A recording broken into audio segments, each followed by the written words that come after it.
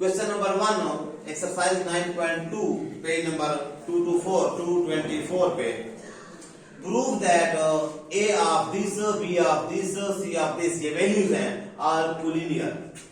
मैं वैल्यूज लिख लूं a of -4 -3 b of 1 4 c of 6 11।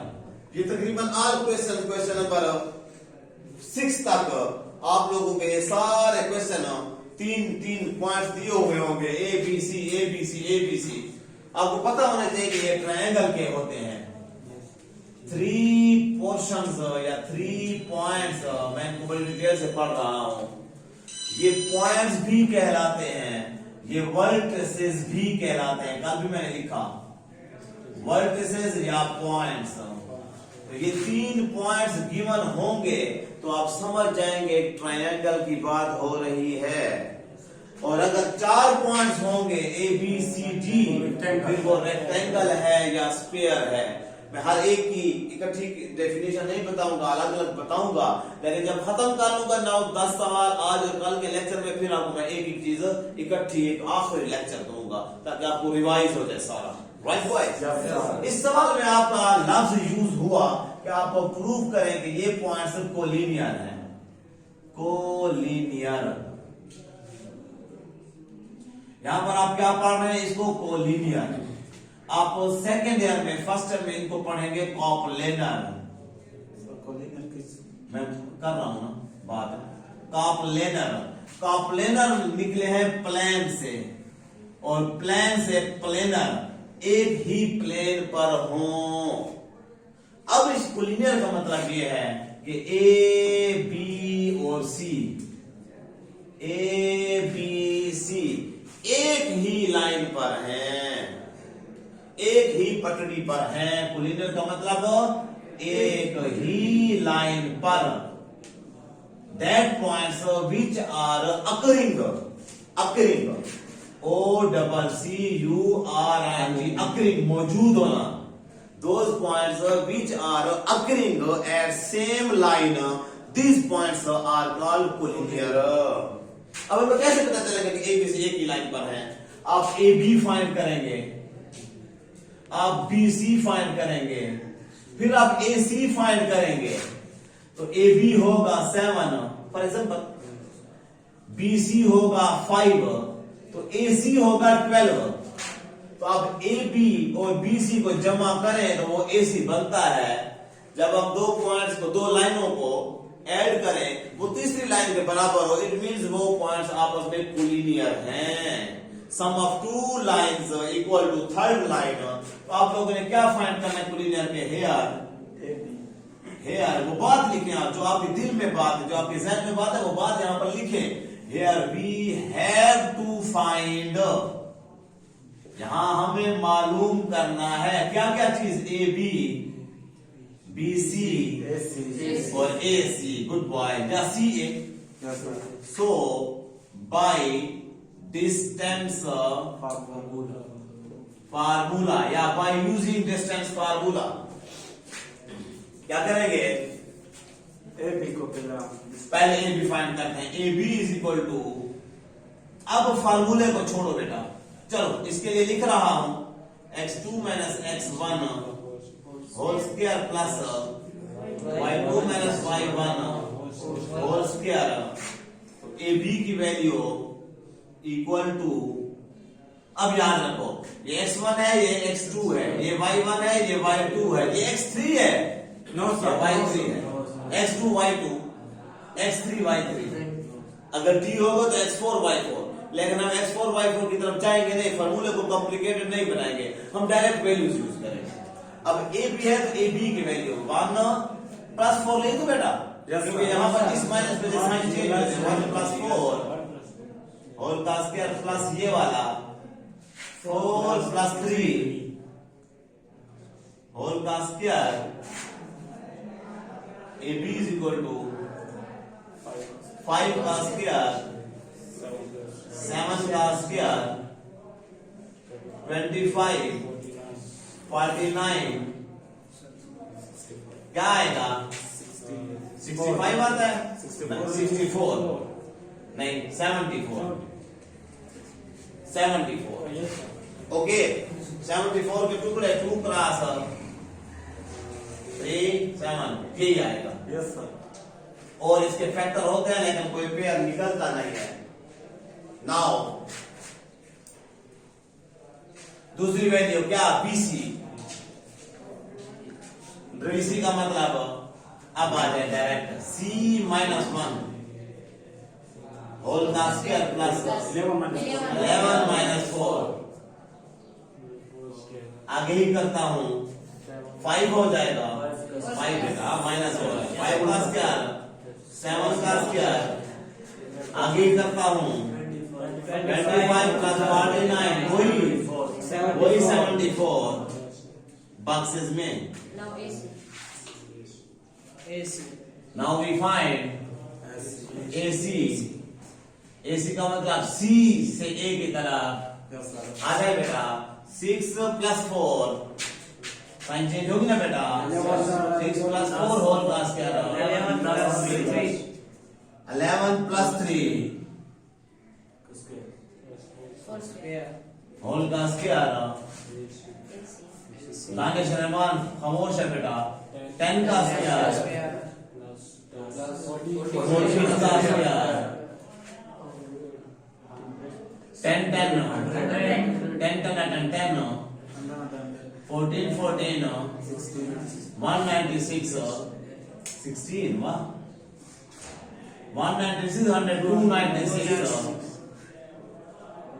और अब आ जाए मेरे साथ 296 के फैक्टर होते हैं आप ये छोटी क्लासों की तरह इसको कहते हैं एलसीएम की तरह एचसीएफ की तरह 2 वाला टेबल 2 1 का 2 4 का 2 8 का 16 2 वाला 2 7 का 2 4 का इस पर कुछ जाए भी से तो नहीं ये दो बन गए हमारे पास इसका हम लिखेंगे 2 क्रॉस 74 एक भी कर देगा भाई. क्योंकि यार 74 पहले इधर आया हुआ तो उसका नहीं निकल रहा था तो 2 फैक्टर करें आप 2 वाला जाता है 37 आता है उनका पेयर नहीं बनता है फिर आप 2 और 37 को मल्टीप्लाई करते तो इसलिए उसको छोड़े पूरा पेयर तो नहीं बनाना हाँ जो पेयर बना वो तो निकला AC इज इक्वल टू 2 का पेयर बना एक निकला 274 ये AC की वैल्यू आ गई now as we see that मैंने क्या कहा मैंने कहा दो साइडों को जमा करके तीसरी साइड आए मैंने कहा ना यहाँ पर AB और इधर ही कहा मैंने AB प्लस BC करें और वो AC के बराबर आए इसका मतलब है ABC कोलिनियर है ये डेफिनेशन मैंने बताई आप चेक करें ना बेटा AB लिखे आप लिखे AB प्लस AC नहीं प्लस BC AB की वैल्यू क्या है प्लस 74 इसके आगे लिखे हैं स्क्वायर रूट 74 प्लस BC की वैल्यू क्या है वो भी 74 स्क्वायर रूट में AB प्लस BC त्रिकोण ऐड हो जाएगा ये बार इसका 1 होता है इसके बार 1 होता है 2 स्क्वायर रूट 74 जिस तरह x प्लस x 2x होता है 74 स्क्वायर रूट के अंदर 274 हाँ स्क्वायर रूट ना होता फिर ये 4 4 8 7 148 होता फिर वो बात है जी सो AB प्लस BC ओह 274 तो इसकी वैल्यू है AC की तो उसके नीचे हमने AC की वैल्यू लगा दी 274 तो AC के बराबर है हमने इसकी जगह पर AC लगा दिया नजर आ रहा है AB plus BC plus AC as AB plus किया BC के साथ और वो आ गया AC के बराबर सो A B C वो पॉइंट्स है AB BC से नहीं A B C R collinear points collinear vertices या कोलिनियर पॉइंट्स मुश्किल नहीं है बेटा डिस्टेंस फार्मूले को दोबारा हमने यूज किया है एक काफी नहीं और करते हैं आ जाए अब आ जाए हमारा प्यारा सेक्शन शुरू हो गया है वन बिट इंपॉर्टेंट है मैं आपको पहले से कह दूं क्वेश्चन नंबर 1 और 2 में से जरूर पेपर में आता है अगर इनको छोड़ देते तो क्वेश्चन 5 दे देता पेपर में क्वेश्चन 5 नहीं देता है तो 6 लाजमी आता है अच्छा, इनमें से कुछ नहीं आता है तो ये लास्ट पे पड़ा है जिसमें आप लोगों ने बी की वैल्यू फाइंड करनी है। क्वेश्चन नंबर 9 ये पेपर में आया होता है, आखिरी पोर्शन क्वेश्चन नंबर 2 का 13 पार्ट, शॉर्ट क्वेश्चन में सेक्शन बी का क्वेश्चन 2 का 13 पार्ट यही आया होता है। तो प्यारी एक्सरसाइज और इंपॉर्टेंट सेक्शन हम कर रहे हैं कि लाजमी इसमें एक क्वेश्चन लाजमी आता है। हर एक क्वेश्चन को आप कीमती समझे, इंपॉर्टेंट समझे।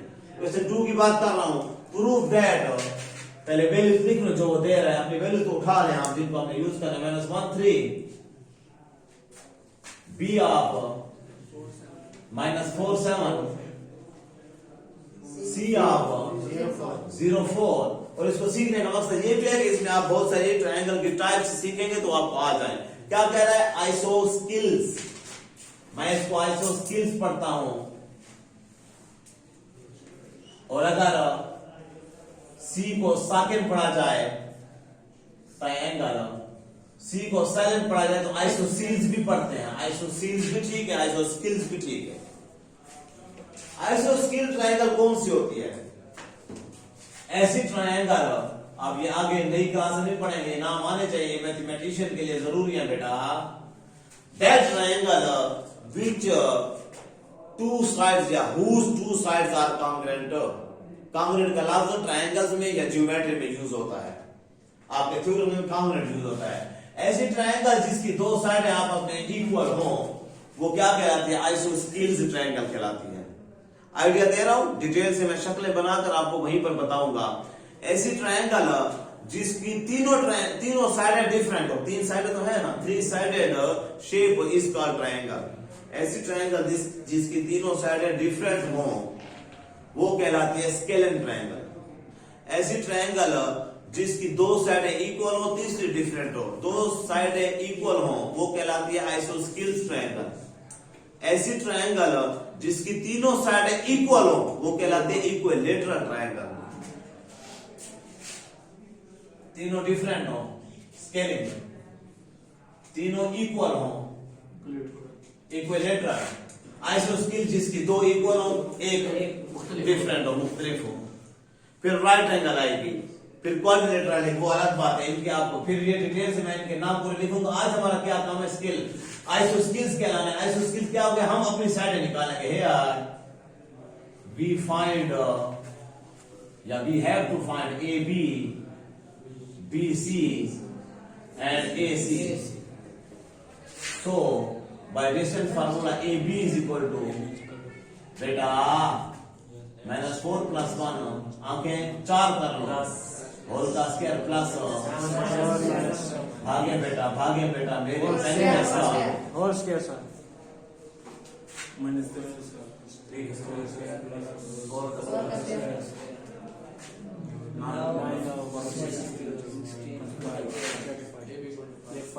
Good boy. 5 स्टार जरूर निकलता है।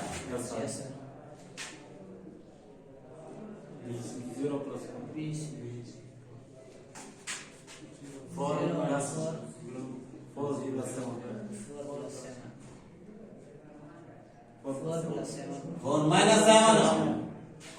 चमेट राशि एन का हाल वे गिदे नहीं, चमेट ना मस्त रेडी होता है, पढ़ता भी नहीं तो एन भी कोई बोली। 4 का स्क्वायर 9 है 16 और -3 का स्क्वायर -9 +9 ये भी 5 का 2 बराबर हो गए। लेकिन हो सकता है कि इक्विलेटरल हो, फिर इसमें तीसरी साइड में हम निकालेंगे। Now AC 0 + 1 4 - 3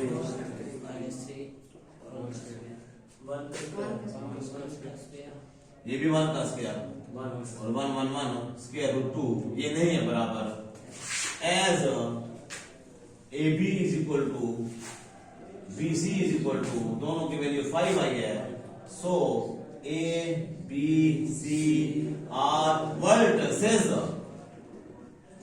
of आइसोस्किल